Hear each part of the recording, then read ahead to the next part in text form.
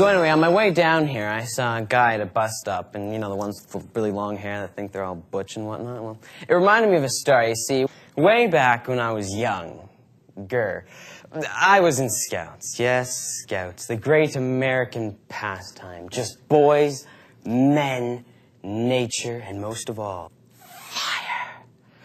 Well, anyway, as being a scout, one of the many different things you have to do is go to scout camp. And one of the many different scout camps was the Great Escape. And what this camp entails is they take a bunch of scouts, throw them in a field at night, and have people hunt them around for a couple of hours. It is great fun. So anyway, once my scout troop had gotten to the camp and we set up tents and whatnot, my friend and I decided to take a quick trip to the John. So on our way down there, we saw a small group huddling around a man who was seemingly wrestling a girl with long black hair. A girl! Well, I couldn't stand for this. Being the gentleman I am, I rose my voice to the situation and proclaimed, "Hey, stop picking on the girls," expecting a beautiful young lady to stand to her feet, thank me profusely with kisses and adoration.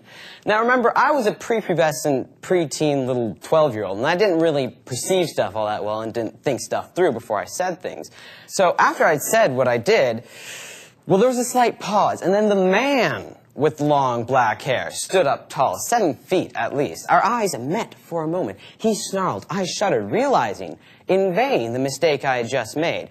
Suddenly, he bolted straight for me. My brain tried to process some sort of action. Suddenly, I saw my escape. Like a holy vessel from heaven, the porta-potty. I leaped from my place and began to run like a graceful gazelle, avoiding the jaws of death from the lion. I ran as fast as my chubby little legs could carry me, and before long, the plastic citadel was in my grasp. I glanced behind myself and saw him barreling towards me like a giant bear towards a small, helpless trout. I leaped for the open door, landed, and swirled to slam the door behind me. But lo!